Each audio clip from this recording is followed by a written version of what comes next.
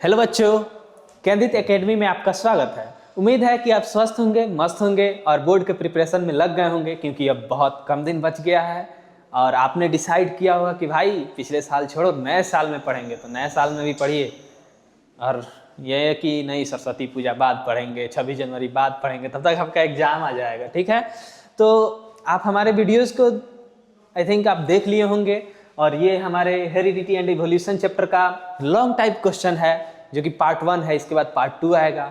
हम वही क्वेश्चंस लेकर आए हैं जो आपके बोर्ड एग्जाम में पूछे जाएंगे और इसके अलावा कोई पढ़ने की आवश्यकता नहीं है, क्योंकि आपने साल भर पढ़ाई नहीं करी होगी। तो आप ये वीडियो पढ़िए और आप जाकर एग्जाम दीजिए, बिल्कुल बिंदास रहिए, एग्जाम मस्त जाएगा। तो चलिए अपने सेशन को स्टार्ट करते हैं।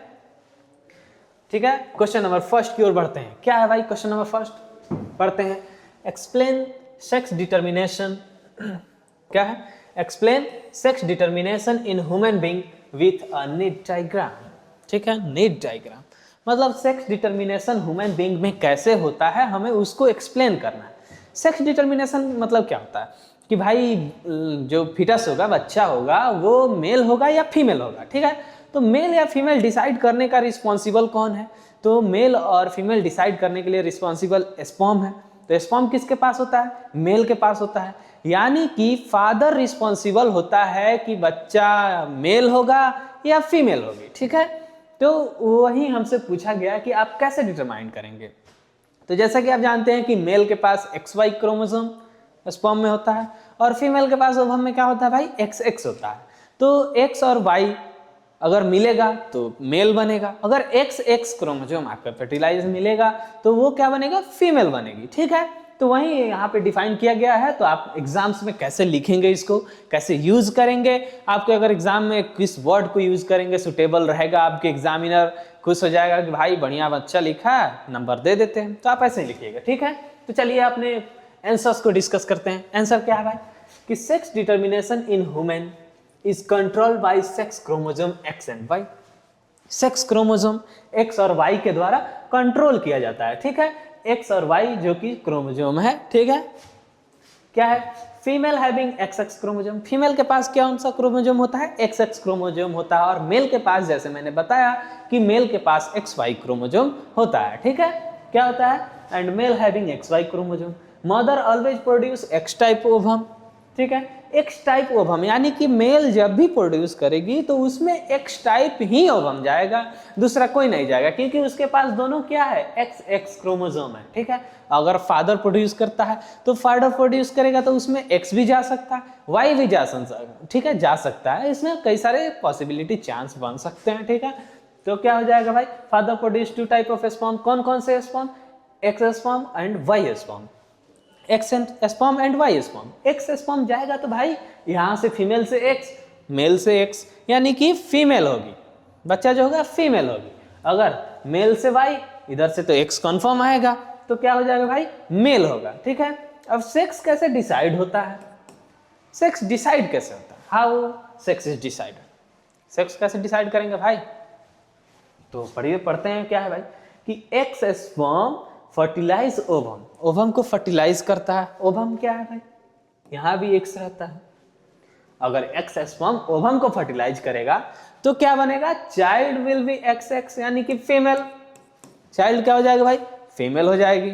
अगर Y स्पर्म जो कि मेल से आएगा फर्टिलाइज करेगा ओवम को, तो क्या बनेगा?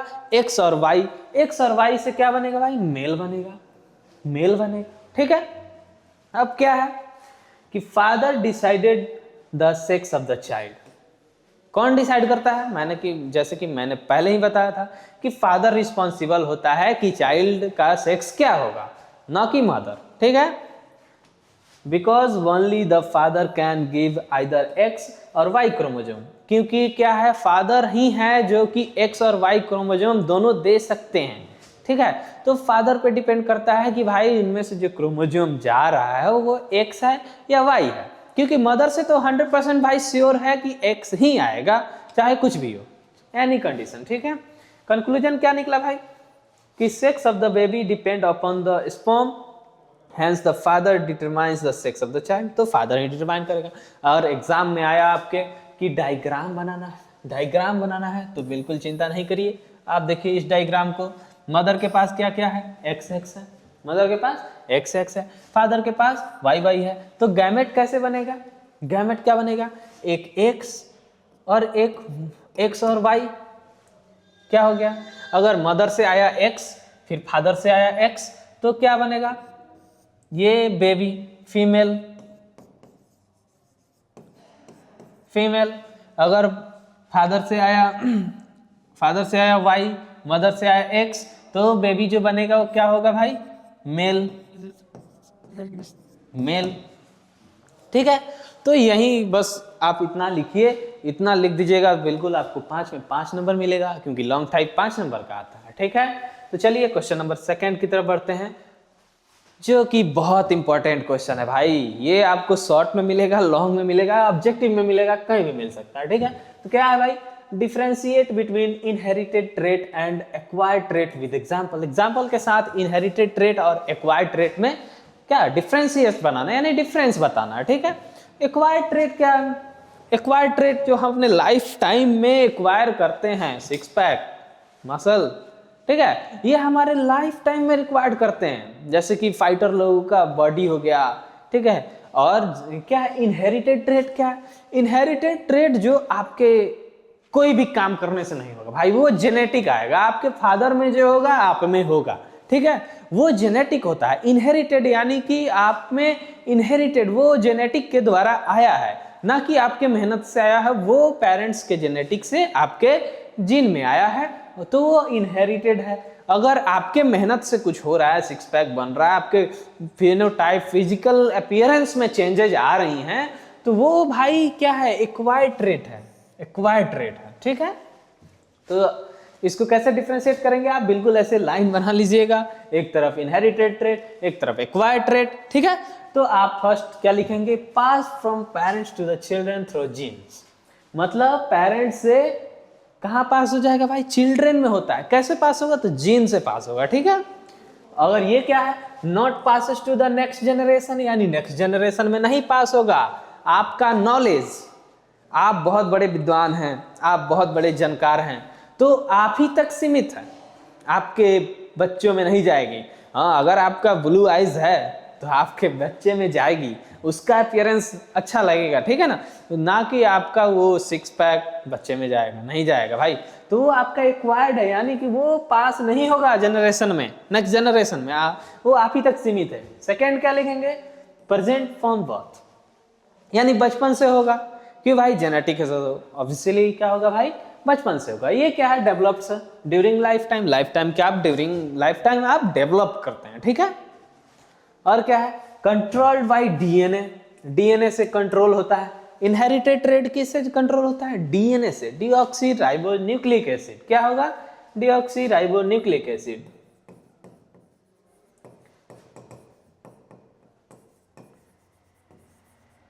न्यूक्लिक एसिड, इसका फुल फॉर्म हमेशा आपको ऑब्जेक्टिव में पूछा जाता है, इसीलिए मैंने लिखा दिया। ठीक है, ये किससे कंट्रोल होता है भाई, controlled by environment, life style and training. Just environment से कैसे, कि आप रहते हो बहुत बड़े रेसलर के बीच में या फिर फाइटर्स के बीच में, तो आपका भी बॉडी बहुत बढ़िया होगा। आप रहते हो जहाँ सारे लोग जिम जाते हो, तो आपका भी मन करेगा जिम जाएं, तो वो उस पर डिसाइड होता है, आपके इन्वायरमेंट पे, आपके लाइफ स्टाइल पे, आपके डेली लाइफ के आप क्या काम करते हैं उस पर डिसाइड ये होता है कि एक्वायर्ड ट्रेट ये होगा। ठीक है, और क्या है, जेनेटिक्स इन नेचर, नेचर क्या होता है, नेचर में जेनेटिक्स, मतलब जेनेटिक्स होता है। ठीक है ना, मतलब क्योंकि आपको इनहेरिटेड बाय पेरेंट्स से आपके पास आएगा। ठीक है, तो ये नेचर में जेनेटिक्स होता है। और ये क्या है, non genetic in nature, nature में नॉन जेनेटिक होता है। ठीक है, आगे क्या लिखेंगे, do not change due to environment, ये इन्वायरमेंट से इस पर कोई इफेक्ट नहीं पड़ता है भाई, कि आप कौन से कंडीशन में रह रहे हैं, कौन से इन्वायरमेंट में रह रहे हैं, आप डिस्प्रेशन में रह रहे हैं या फिर हैप्पीनेस में रह रहे हैं। डिस्प्रेशन, डिप्रेशन वही हुआ। ठीक है, डिस्प्रेशन में नहीं रहना है अभी, क्योंकि एग्जाम है, तो आप लोग डिस्प्रेशन से बाहर निकलिए।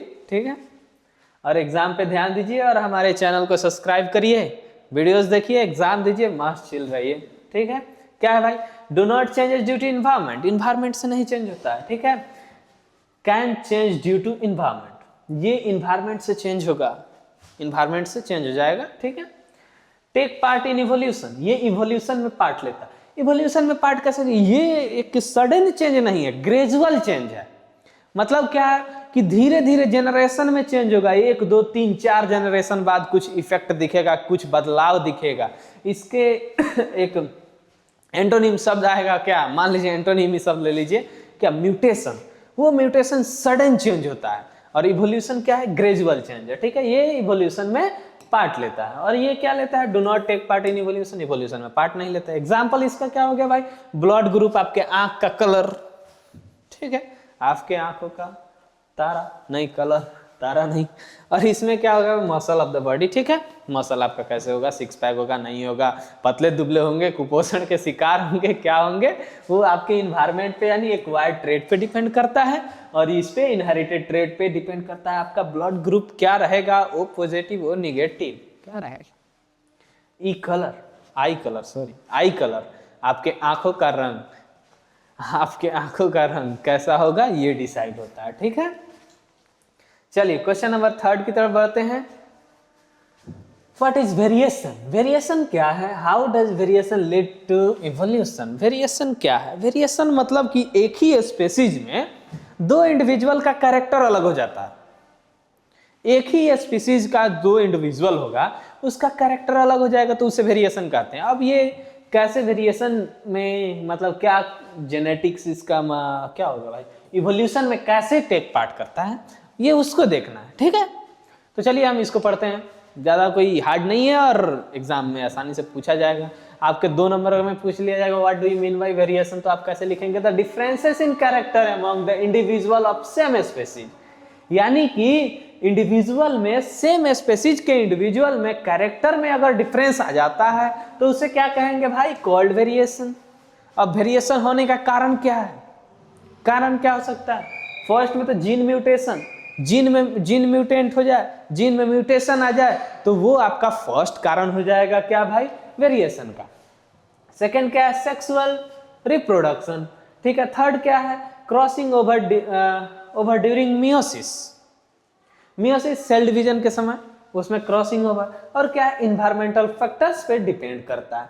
अब ये क्या है कि रोल ऑफ वेरिएशंस इन क्या, व्हाट, इवोल्यूशन, इवोल्यूशंस में वेरिएशन का क्या रोल है तो उसको देखते हैं। Some variations are helpful for survival, कुछ वेरिएशंस जो है हेल्पफुल होते हैं सर्वाइवल के लिए, हमारे सर्वाइवल के लिए। यानी कि कोई वेरिएशन, मान लीजिए कि कोई जो बैक्टीरिया है वो 30 डिग्री सेल्सियस पे अपना प्रोडक्शन यानी ऑफ स्प्रिंग प्रोड्यूस करता है, यानी न्यू ऑर्गेनिज्म बनाता है और उस पे उसके ऑर्गेनिज्म सर्वाइव कर जाते हैं। अगर अचानक से किसी दिन 50 डिग्री सेल्सियस हो गया तो वो तो सर्वाइव नहीं कर पाएंगे। हाँ, उसी में किसी का वेरिएशन हो गया हो तो वो सर्वाइव कर पाएगा, ठीक है। तो ये क्या करता है भाई, सर्वाइव करता है। क्या भाई, if the environment changes, environment change होगा आपका तो organism with useful variation survive, तब वेरिएशन काम आएगा भाई। आपके अंदर वेरिएशन हुआ रहेगा तो काम आएगा। जैसे कि कोरोना में जिनके अंदर सहने की क्षमता हुई वो जिए, नहीं तो बाकी सब टपक गए, ठीक है। आगे क्या है, the survival and productions leads to the formation of new species over time. देखिए ऐसे ही मतलब सर्वाइवल करते करते, चेंज होते होते ऐसा वक्त आएगा कि आपके स्पीसीज में न्यू स्पीसीज का फॉर्मेशन हो जाएगा, नया स्पीसीज बन जाएगा। तो ये इवोल्यूशन है, ग्रेजुअल चेंज है। ये नहीं कि अचानक से हो गया कि आज भाई कल बंदर थे आज आदमी बन गया और कल क्या एलियन बन जाएंगे, नहीं, ऐसा बिल्कुल नहीं होगा। ये आपके जनरेशन लग सकते हैं, आपके ग्रेजुअल चेंज है, बहुत धीरे धीरे चेंज है, काफी टाइम लग सकते हैं। क्या कंक्लूजन इसका भाई, कंक्लूजन क्या निकला, वेरिएशन, नेचुरल सिलेक्शन और इवोल्यूशन। वेरिएशन होगा, नेचुरल सिलेक्शन होगा, नेचुरल सिलेक्शन क्या होगा, इवोल्यूशन लीड करेगा, ठीक। चलिए क्वेश्चन नंबर 4 की तरफ बढ़ते हैं, जो कि वेरी वेरी इंपॉर्टेंट क्वेश्चन है भाई, आपके 5 नंबर क्वेश्चंस में पूछे जाते हैं। क्या है भाई, डार्विन, डार्विन साहब explain Darwin theory of evolution with main points. Darwin theory of evolution, Charles Darwin. ये आपसे ऑब्जेक्टिव में पूछा जा सकता है कि नेचुरल सिलेक्शन किसने दिया, कौन प्रोस्पोंड किया, तो आप उसमें डालेंगे चार्ल्स डार्विन ने, डार्विन, ठीक है। चार्ल्स डार्विन प्रपोज्ड क्या, what, theory of natural selection also known as survival of fittest. Fittest, survival of fittest मतलब कि जीने की संभावना हो, ठीक है ना, उसका चांस। और उसके मेन पॉइंट क्या है भाई, डार्विन के main point over production. Over production यानी कि ज्यादा प्रोड्यूस करिए तो सर्वाइवल का चांस ज्यादा रहेगा, कम प्रोड्यूस करिए सडन चेंज होगा, खत्म, सब खत्म, तो खत्म हो जाएगा। वैसे क्या है भाई, organism produce more offspring, ज्यादा ऑफ स्प्रिंग करेंगे देन कैन सर्वाइव, वो सर्वाइव कर जाएंगे, ठीक है। आगे क्या है, variation, no two individual are exactly similar. Variation ऐसा होगा कि दो इंडिविजुअल भाई सिमिलर बिल्कुल नहीं हो सकते हैं, ठीक है, बिल्कुल सिमिलर नहीं होंगे। उनका कहना क्या था भाई कि दो इंडिविजुअल कभी भी एग्जैक्टली सिमिलर नहीं होंगे। इंसान है लेकिन सिमिलर तो नहीं है, आप मेरे जैसे, क्या मेरा चेहरा आपका चेहरा नहीं है, आपकी परी का चेहरा दूसरे की तरह है, नहीं है, ठीक है। आगे क्या है, स्ट्रगल फॉर एग्जिस्टेंस। एग्जिस्टेंस यानी कि आपका अस्तित्व बने रहने के लिए स्ट्रगल, संघर्ष। क्या है भाई, due to limited food, limited खाना, खाना कम है, जगह कम है, क्या है भाई, स्पेस कम है, प्रीडेटर, शिकारी बहुत ज्यादा हैं, शिकारी बहुत ज्यादा रहेंगे, ठीक है। ऑर्गेनिज्म कम्पीट फॉर सर्वाइवल, हमेशा ऑर्गेनिज्म कम्पीट करते रहता है कि भाई जिए कैसे। जैसे हिरन है, प्रीडेटर मारते हैं, उनसे वो सर्वाइव करने के लिए बहुत सारे दौड़ते हैं, बहुत मर जाते हैं, बहुत सारे काम होता है उनके लिए, यानी कि सर्वाइवल ऑफ फिटेस्ट ये होता है, बहुत ज़्यादा उनको एग्जिस्ट क्या करना पड़ता है भाई, स्ट्रगल करना पड़ता है उनको एग्जिस्टेंस के लिए, ठीक है। आगे क्या है, survival of fittest, those having favourable variation survive better, यानी जिनको फेवरेबल वेरिएशन मिलता है वो सर्वाइव कर जाते हैं, बाकी सब ठीक है। नेचुरल सिलेक्शन क्या है भाई, nature choose organism with beneficial traits. Beneficial traits के साथ नेचर क्या करता है भाई, आपको चूज करता है, ठीक, चूज करता है। और क्या है, organism of new species, organism of new species ऐसा करके एक बुक का भी नाम है चार्ल्स डार्विन का, ठीक है। ओवर जनरेशन, जनरेशन से क्या, selected traits accumulate new species form, यानी ये इवोल्यूशन का बात हो रहा है भाई, यहाँ पे इवोल्यूशन की बात हो रही है, मतलब कि ग्रेजुअल चेंज होता है, मतलब बहुत सारे जनरेशन के बाद न्यू स्पेसीज का फॉर्मेशन होने का चांस रहता है, ठीक है। कंक्लूजन क्या है, evolution is slow means gradual, और क्या, continuous process derived by natural selection, ठीक। एवोल्यूशन क्या है, एक नेचुरल सिलेक्शन है जो कि बहुत ग्रेजुअल है, बहुत धीरे होगा, जनरेशन से टाइम लग सकते हैं, 2-3 जनरेशन तबाह हो जाएंगे, उसके बाद फिर आपको दिखेगा कि हाँ भाई अब एलियन बन गए। जैसे कि बंदर से आदमी बनने में कई जनरेशन से लग गए ना, वैसे ही क्या भाई कि हम लोग आदमी हैं और आदमी से एलियन बनने में भी कई जनरेशन लग जाएंगे। तो भाई ये हमारे 5 इंपॉर्टेंट क्वेश्चन थे पार्ट 1 का। इसके बाद ये तो पार्ट 1 का है, तो मतलब कि एनिमल्स वाले सेक्शन से था, और प्लांट वाले सेक्शन से ज़्यादा इंपॉर्टेंट क्वेश्चंस आपको चांस रहता है कि भाई वो पूछते। सो आप बिल्कुल केयरफुल होकर पढ़िएगा, हमारे लेक्चर्स को ध्यान से देखिएगा, और उम्मीद है कि वीडियो पसंद आया होगा, तो लाइक कमेंट शेयर दोस्तों को शेयर करिए, ठीक है। और रेगुलर आप भी पढ़ते रहिए, हमारे वीडियोस को फोकस करते रहिए। तो फिर मिलते हैं नेक्स्ट वीडियो में, थैंक यू।